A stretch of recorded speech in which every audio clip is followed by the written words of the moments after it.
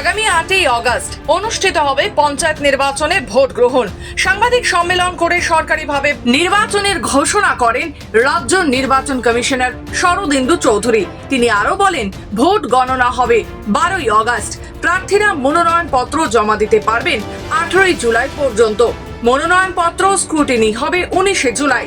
মনোনয়ন পত্র প্রত্যাহারের শেষ দিন 22শে জুলাই।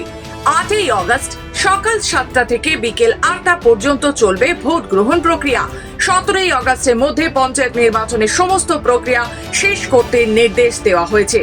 ইতিমধ্যেই এই বিষয়ে সরকারি বিজ্ঞপ্তি জারি করা হয়েছে।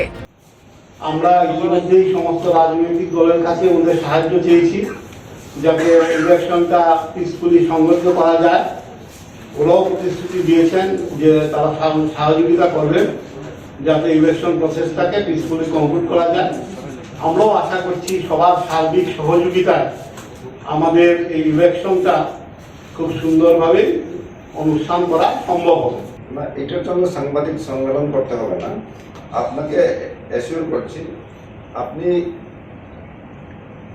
যে অপরাধের কথা বলছেন, যদি অফেন্স কনস্টিটিউট করে অবশ্যই নেবে, পুলিশ অবশ্যই নেবে। যে কোনো অফেন্সের জন্য পুলিশ অবশ্যই লিগ্যাল অ্যাকশন নেবে। এতটুকু আমি আপনাকে আপনার মাধ্যমে সবাইকে আমি জানাতে চাই।